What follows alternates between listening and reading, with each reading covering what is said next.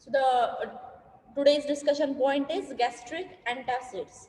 Now we all know our system of gastrointestinal agents, that is stomach and all other organ, that is esophagus, uh, stomach and duodenum and intestine. They are all involved in the digestion of food which we are going to eat for our regular activities. Now, but this all organs will synthesize gastric acid to digest the food which we have eaten or which we have ingested. But due to excess of secretion of hydrochloric acid in our stomach and GI tract, there will be a problem arises, and the problem will be the ulcers of those organs, that is esophageal ulcer, gastric ulcer, and duodenal ulcer. Now, what is the reason behind this? This we are going to discuss in next slide. So, what is this peptic ulcer basically? It is a serious complication of hyperacidity. Hyper means excess, more. So, if we are our GI tract will be synthesizing more of hydrochloric acid, so it will result into hyperacidity, and hyperacidity will result into an ulcer, which is a serious complication. So, the due to the digestive action of pepsin, now the enzyme which is secreted by the stomach cell lining or mucosa cell lining of the stomach, which is involved in the digestion of the food, that is pepsin, and this mucosa cell lining of stomach is also involved in the secretion of the hydrochloric acid. So this pepsin and hydrochloric acid togetherly will involve in the formation of the peptic ulcer if there is imbalance between the digestion of food material and healing mechanism of this ulcer. Now, what's the reason behind this peptic ulcer? Due to the failure of protective mechanism of mucosa.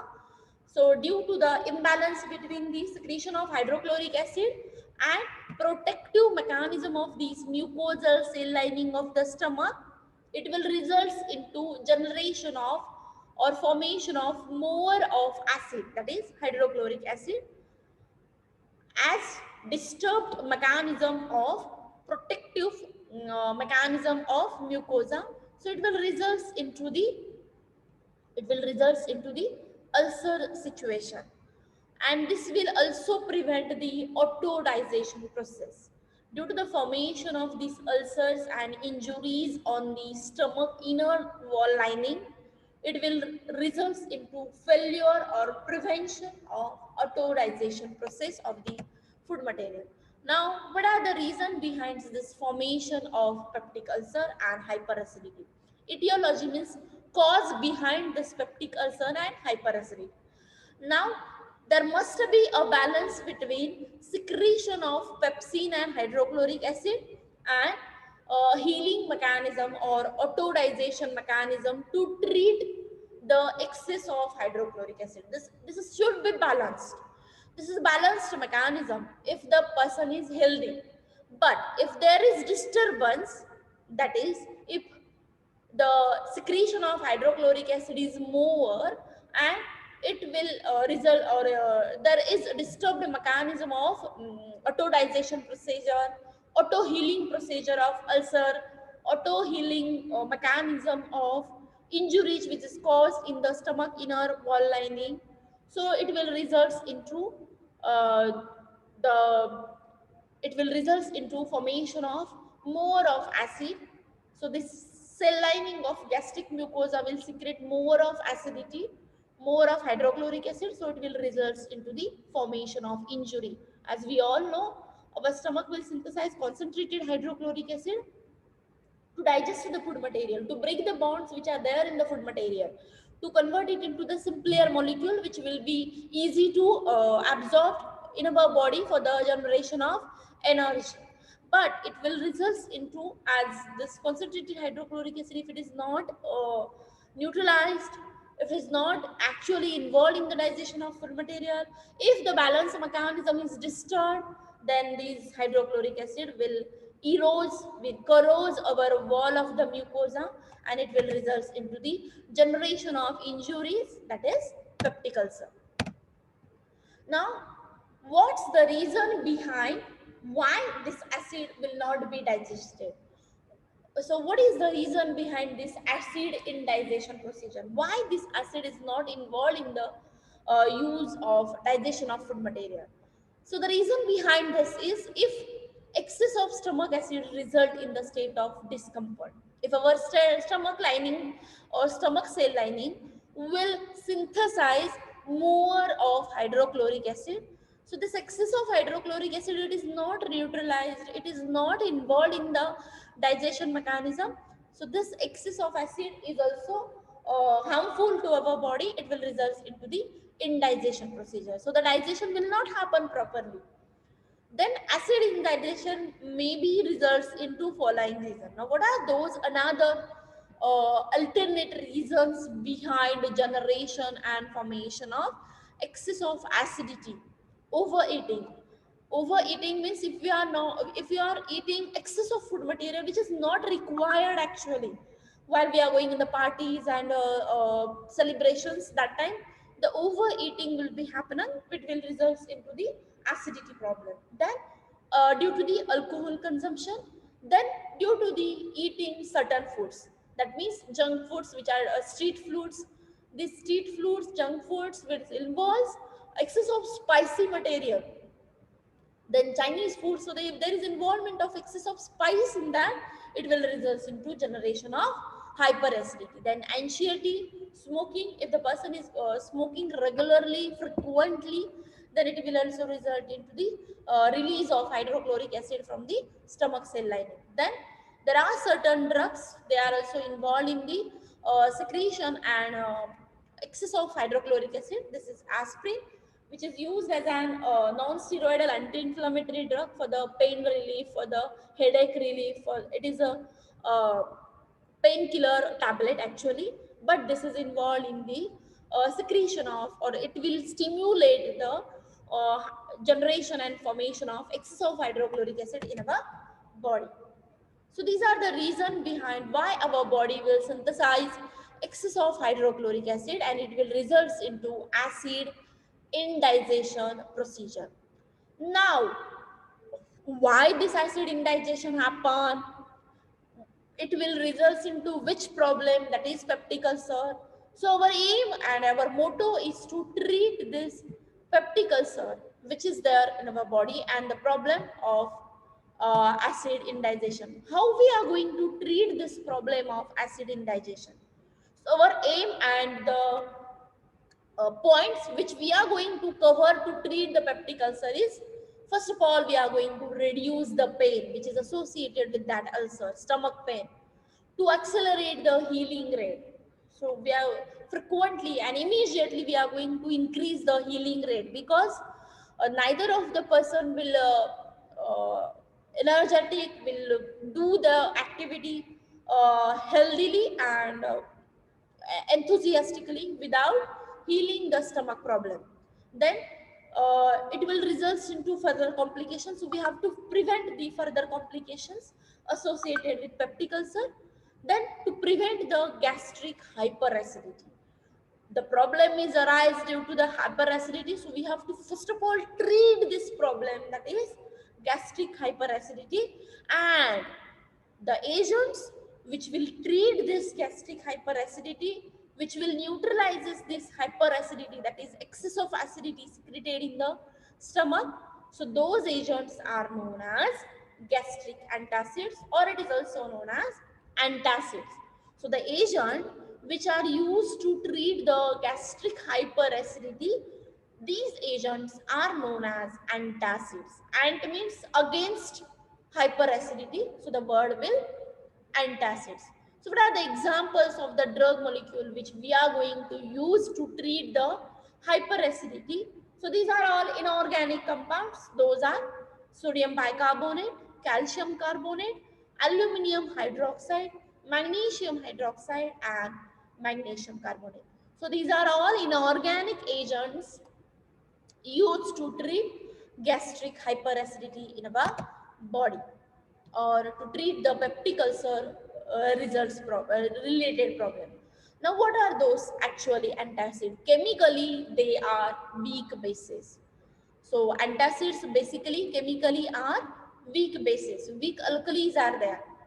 and the purpose to raise the pH of a bowel. So we know in our stomach and the stomach GI tract there is increased hyperacidity. So increased hyperacidity means there is decreasing in the pH value. So due to the decreasing in the pH value, it will erode the stomach cell lining of the body. It will erode the cell line of our stomach. So our aim is to raise the pH of body from 4 to alkaline side. So the sodium bicarbonate, which is the first antacid used basically, it will elevate the pH from 4 to 7. So we are going to increase the pH. We are bringing this pH to the neutral value without producing systemic alkalosis. Due to the secretion of hyperacidity and increased level of hydrochloric acid in the stomach, it will result into systemic acidosis. So the problem which is related to the hyperacidity is known as systemic acidosis. And we are treating this acidity problem with alkaline agent, that is sodium bicarbonate, which will raise the pH from 4 to 7, but it will not give the problem that is systemic alkalosis. Systemic means circulatory system or the body system.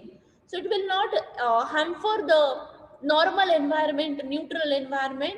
It will not result into excess of alkalinity in that stomach. So that problem is known as systemic alkalosis. Now, what are the examples of antacids which are used? Basically, antacids are divided into two types: systemic antacid and non-systemic antacid. Now, what is the meaning of the word systemic antacid? Systemic antacids are also known as alkalotic agents. So these systemic antacids are nothing but the antacid get systematically absorbed in our body. Classification of antacid is there are two types: systemic antacids and non-systemic antacids. Systemic antacid means what? Those antacids which are systematically absorbed because they are soluble in water. Now we know our body will have 98% of water, but 66% of water. So out of this, the antacid which are soluble in water, they are completely absorbed in our body. These are highly soluble and potent neutralizers of the hyperacidity, as they are soluble and they are systematically absorbed. Those type of antacids are known as systemic antacid. Next class is non-systemic antacid. What is non-systemic antacid? The opposite to the systemic antacid. They are not soluble in water.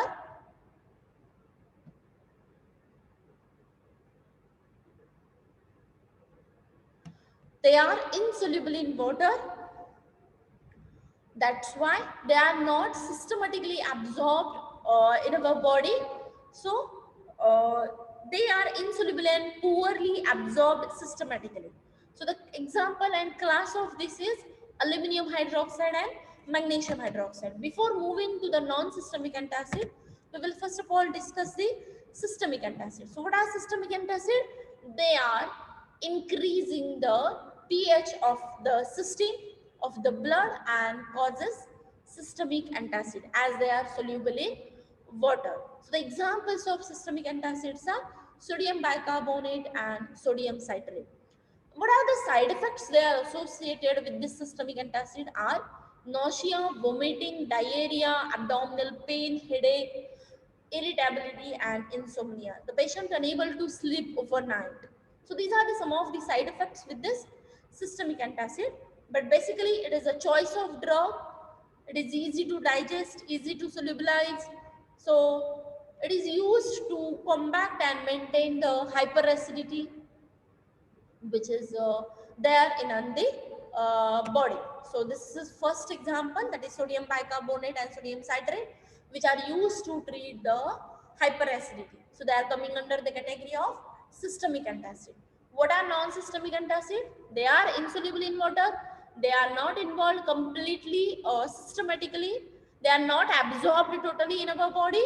So the absorption rate is less due to their cationic nature. As they are not soluble, they will form the charged species in the body. And these charged species are not soluble in water.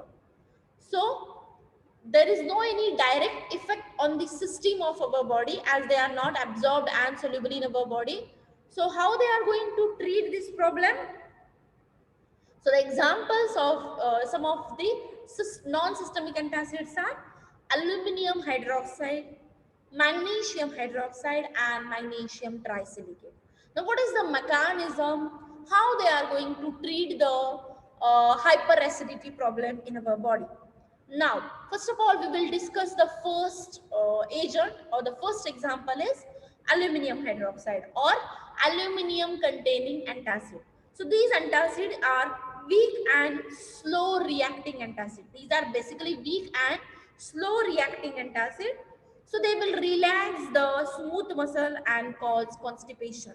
So the mechanism of action of this aluminum hydroxide is they are going to relax the smooth muscle or the muscle lining of the stomach, which is involved in the secretion of the acid and uh, digestion of the food.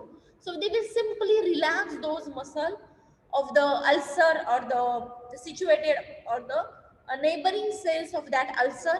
So there is relief from the hyperacidity problem, smooth muscle and cause the constipation. So the examples of aluminum containing antacids are aluminum hydroxide, aluminum phosphate and aluminum carbonate. Now the next mechanism is next antacids covered under non-systemic antacids are magnesium containing antacid. Magnesium containing antacids are of two types, magnesium hydroxide and magnesium trisilicate. Now, how they are going to treat the hyperacidity problem or systemic acidosis problem? So they are treating this problem with they are not they are most water soluble and react with the hydrochloric acid. Basically, they are coming under the category of non-systemic antacid, but they are slightly soluble in the water. So they will neutralize the hydrochloric acid which is there in the stomach, but slowly, as they are slightly soluble in the water. They are not completely soluble in water as like our sodium bicarbonate. So as they are slightly soluble in water, they are relaxing the acid muscles and hydrochloric acid. This will neutralize the hydrochloric acid slowly. So they are going to absorb and inactivate the pepsin. This is, magnesium containing antacid have one more capacity, one more function, that they are going to absorb and inactivate the pepsin cells or inactivate the pepsin enzyme which is secreted by the stomach to stimulate the synthesis of hydrochloric acid. See, correlated mechanism is there. As it is slightly soluble in water, it will neutralize the gastric pH by systematically absorb. Now the next function which is associated with magnesium containing antacid is they are inactivating the pepsin enzyme which is secreted by the stomach cell lining for the stimulation of hydrochloric acid. As we are going to inactivate the pepsin, ultimately there is stopping and prevention of hyperacidity problem. So it will protect our cell lining of the stomach from the hyperacidity problem. So the uses or some of the uses of non-systemic antacid, they are used in the treatment of peptic ulcer and hyperacidity. Now we are moving towards the actual compounds for the discussion of antacids. So the first compound which is used as an antacid is sodium bicarbonate. That is our soda, which is we are going to use in the preparation of some of the kitchen products. That is, it is used as a baking soda. So it is popularly and widely used as antacid as a home remedy to treat the acidity problem. As it is water soluble, immediately it will neutralize the gastric pH very quickly. It is going to have very rapid onset of activity because it is soluble in the water and very short duration of action. As it is soluble in water, it is immediately throughout of our body through urine. So the pH will be significantly increased from acidity to the neutral pH, that is 7. But some of the disadvantages associated with the sodium bicarbonate is it produces metabolic alkalosis. Because it is soluble in water, it is increasing the pH beyond 7 also. And if they are going to increase the pH beyond 7, the problem is metabolic alkalosis. So one of the disadvantage associated with the sodium bicarbonate is they are going to create one more problem, that is metabolic alkalosis, and disturb the acid base balance of the body. Now we all know there are 3 to 4 mechanisms are there to maintain the acid base balance of our body. So as it is soluble in water, it will result into metabolic alkalosis. So they will also alter the acid base balance of our body. So these are the examples in which there is containing the sodium bicarbonate, that is our very popular formulation to treat the acidity problem, that is ENO. And uh, there are tablets and powder is also available of sodium bicarbonate to treat the problem of hyperacidity. Now the next antacid molecule is now the one of the how it is used. So the sodium bicarbonate evolved during reaction may cause bleaching and flatulence. We all know when we are going to take a there is involvement of carbon dioxide, and this carbon dioxide may cause bleaching and flatulence. This is gas problem along with the combinative action. So the dose of this sodium bicarbonate is 1 to 5 gram we are going to use as an antacid.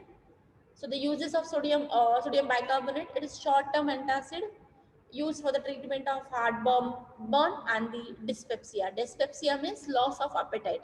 Bhook lagat nahi in this case. When we are going to treat this uh, acidity problem with the sodium bicarbonate. Now, what are the marketed formulations available with the sodium bicarbonate? We have already discussed how we are going to prepare this sodium bicarbonate. The reaction between the when there will be reaction between the sodium bicarbonate is also prepared on the large scale by the Solvay process. What is this process? The reaction between sodium chloride, ammonia, carbon dioxide and water. So this is an combination reaction or additional reaction of sodium chloride, ammonia, carbon dioxide and water. So they will synthesize sodium bicarbonate with the release of ammonium chloride as a byproduct. So the common side effect which occurs during the sodium bicarbonate synthesis is generation of ammonium chloride, which we don't want, as the ammonium chloride will again used as a acidifying agent. So this acidifying ammonium chloride which is released in this synthesis, so which will cause the problem for the synthesis of sodium bicarbonate. So it is required to be analyzed sodium bicarbonate synthesis while we are synthesizing sodium bicarbonate. So this is a method of formation of sodium bicarbonate. How we are going to titrate or doing the analysis of sodium bicarbonate in the laboratory scale. So the method of analysis of sodium bicarbonate is volumetric analysis, that is titrimetry analysis. So adding hydrochloric acid to the sodium bicarbonate solution will form sodium carbonate and sodium bicarbonate. So the assay procedure for the sodium bicarbonate is we are going to weigh accurately 2 gram of sodium bicarbonate which is previously dried, dissolve it in 25 ml of water, and simply we are titrating this solution of sodium bicarbonate with 1 molar sulfuric acid. As it is base, we are titrating this with an acid in the presence of indicator, that is bromophenol blue, which will give the end point from blue to yellow. So this is the end point of this particular titration when we are treating sodium bicarbonate with a 1 molar sulfuric acid. This is the assay procedure of sodium bicarbonate. Now, soon before the titration reaches the end point, there is evolvement of carbon dioxide as there is reaction between acid and base, so the release.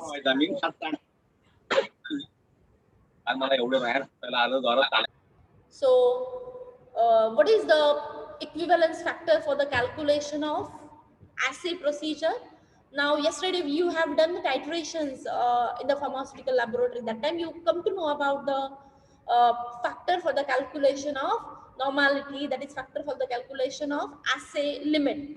Now yesterday we have seen that while doing the limit test, we all know that is percentage of any impurity and percentage of the drug molecule, it is limited in every pharmaceutical formulation. So to calculate the limit of assay, this equivalence factor is utilized for the calculation of assay limit. See here in the bracket only they have given it contain not less than 99% of the sodium bicarbonate. That means 1% of presence of impurity is allowed in the formulation of sodium bicarbonate. That means how we are going to check this purity of the sodium bicarbonate with the help of 1 ml of 0.5 ml sulfuric acid, which is utilized in the assay procedure, is equivalent to the 84.01 milligrams of sodium bicarbonate. So this is required for the calculation of assay procedure. Now the next compounds which are used as an antacids are aluminum containing compounds. They are used as an antacid. So the first formulation of aluminum containing antacid is aluminum hydroxide gel. So this aluminum hydroxide gel, which is mixture of aluminum hydroxide, aluminum oxide hydrate and aluminum carbonate.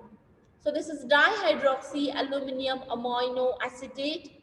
It is also known as dihydroxy aluminum sodium carbonate and aluminum phosphate. So these are all the examples of aluminum containing antacids.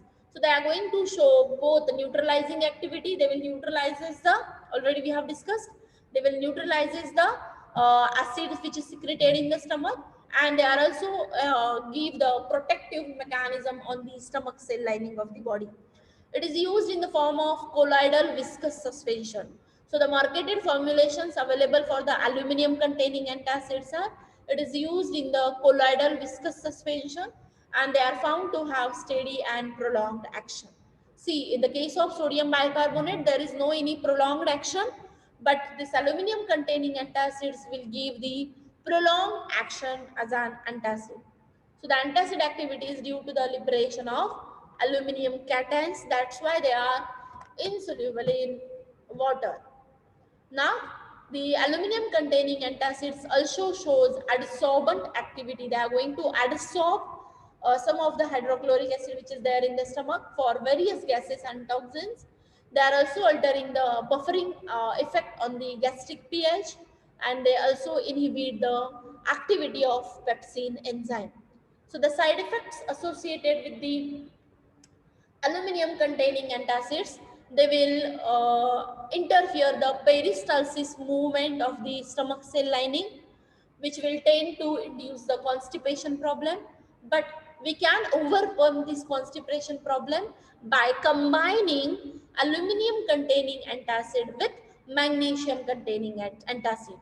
That's why some of the marketed formulations available as an antacid which will contain mixture of aluminum containing antacid as well as magnesium containing antacid. That's why to overcome one another side effects, the combination of antacid is given nowadays to treat the problem of hyperacidity.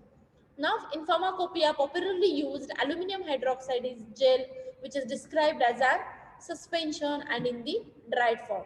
So, the stability, a loss of antacid property of the gel during aging process is reported. If we are going to store this aluminum hydroxide gel or aluminum containing antacid for prolonged period of time, it will not give its 100% result as an antacid. This is only the problem associated with aluminum containing antacid. Rest it is okay as an antacid. Now, first formulation which is used as an aluminum containing antacid is aluminum hydroxide gel, which is white viscous suspension. using dose for the aluminum hydroxide gel is 7.5 to 15 ml. As it is a suspension, it is used in the, it is measured in the ml quantity, that is 7.5 to 15 ml. It has a pH of 5.5 to 8. Now, sodium benzoate as a preservative and oil of magnesia. Then sodium benzoate as a preservative and oil of mentha as a flavoring agent, so sometime added to the gel. As I already discussed, it is a combination of antacid. Chemically, mixture of aluminum containing antacid with a small amount of aluminum carbonate and basic carbonate will be added. As it is amphoteric, dissolves readily in the acid and in alkalis, forming aluminum salts and aluminates respectively. So the aluminum hydroxide gel gives aluminum chloride when it reacts with the gastric hydrochloric acid. So whenever there is reaction between the aluminum hydroxide gel, it will react directly with the hydrochloric acid and it will result into a problem, nausea, vomiting, constipation when there is reaction between the aluminum hydroxide and hydrochloric acid. So there is formation of an aluminum chloride. How it is going to treat the hyperacidity problem? So this aluminum hydroxide gel will be act as a base. It will directly react with the hydrochloric acid to form the hydronium ion. This will alter the hyperacidity problem caused due to hydrochloric acid, and it will absorb the proton which is there or which is released by this hydrochloric acid. So how we are going to analyze this aluminum hydroxide gel in the lab? 5 gram of sample we are going to dissolve in 3 ml of hydrochloric acid through warming, cool and dilute to 20 ml. And in this solution, we are going to add 40 ml of 0.5 molar disodium EDTA, which is used as a complexing agent. As aluminum hydroxide gel will be containing aluminum as a metal ion, it will be treated and it will be titrated with the complexing agent, that is disodium EDTA. 80 ml of water and few drops of methyl red indicator. So the solution is then neutralized using 0.1 normal sodium hydroxide dropwise and titrate the neutralized mixture with 0.05 molar lead nitrate using xylenol orange as an indicator. So the factor for the calculation of assay limit is, or the percentage purity limit of aluminum hydroxide gel is, each ml of EDTA, it is equivalent to the 0.002549 grams of the aluminum hydroxide gel. So this is an equivalent factor for the calculation of aluminum hydroxide gel's percentage purity. Everybody